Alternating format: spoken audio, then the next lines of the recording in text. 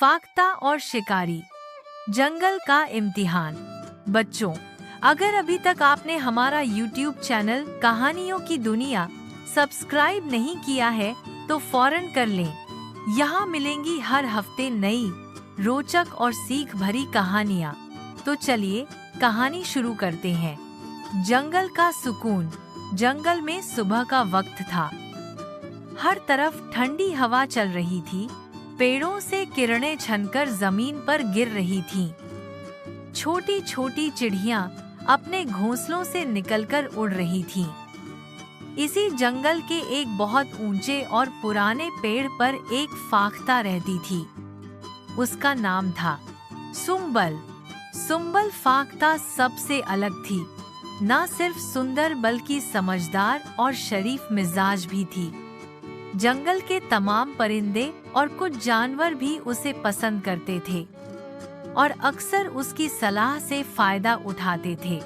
रोज की तरह उस दिन भी सुंबल सुबह सुबह उड़कर तालाब के करीब गई। पानी पीना, कुछ दाना चुगना और दोस्तों से मुलाकात करना उसका रोज का नियम था।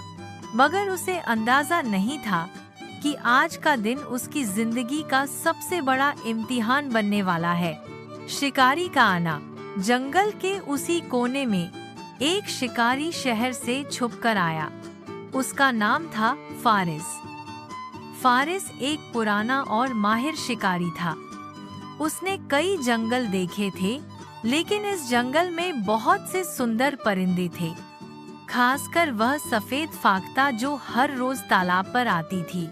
फारिस ने सोचा, अगर मैं इस फाख्ता को पकड़ लूं, तो इसे बहुत अच्छी कीमत में बेच सकता हूं। यह तो किसी राजमहल की शोभा बनेगी। फारिस ने तालाब के पास एक छिपा हुआ जाल बिछाया और उसमें कुछ दाना और बीज डाल दिए। आम चिड़िया या कबूतर के लिए नहीं, बल्कि उस खूबसूरत फाख्ता को फंसाने के लिए।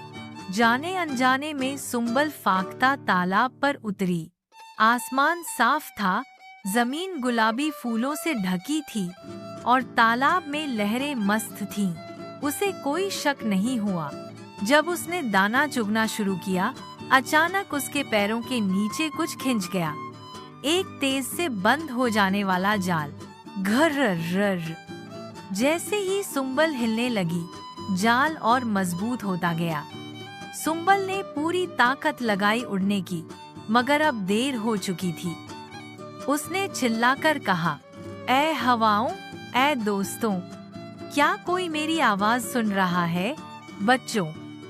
बच्चों, अगर आपको ये कहानी पसंद आ रही है तो एक छोटी सी रिक्वेस्ट है।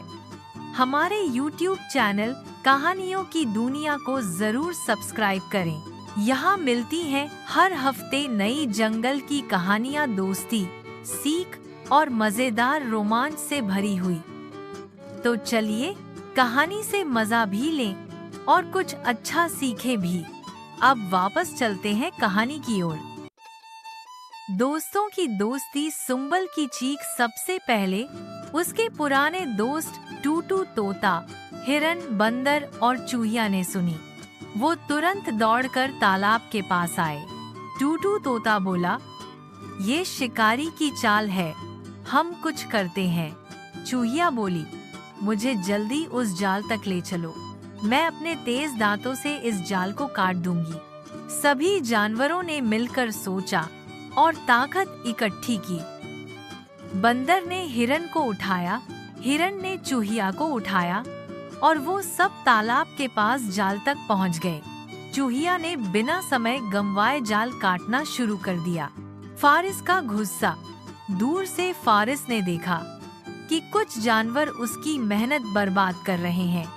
उसने गुस्से में अपना तीर निकाला और चिल्लाया, तुम सबको इस जंगली फाख्ता के लिए जान देनी पड़ेगी। लेकिन फारिस ने ये नहीं देखा कि जंगल के दूसरे जानवर भी उसके पीछे आ चुके हैं। शेर, भालू और हाथी ने फारिस को घेर लिया।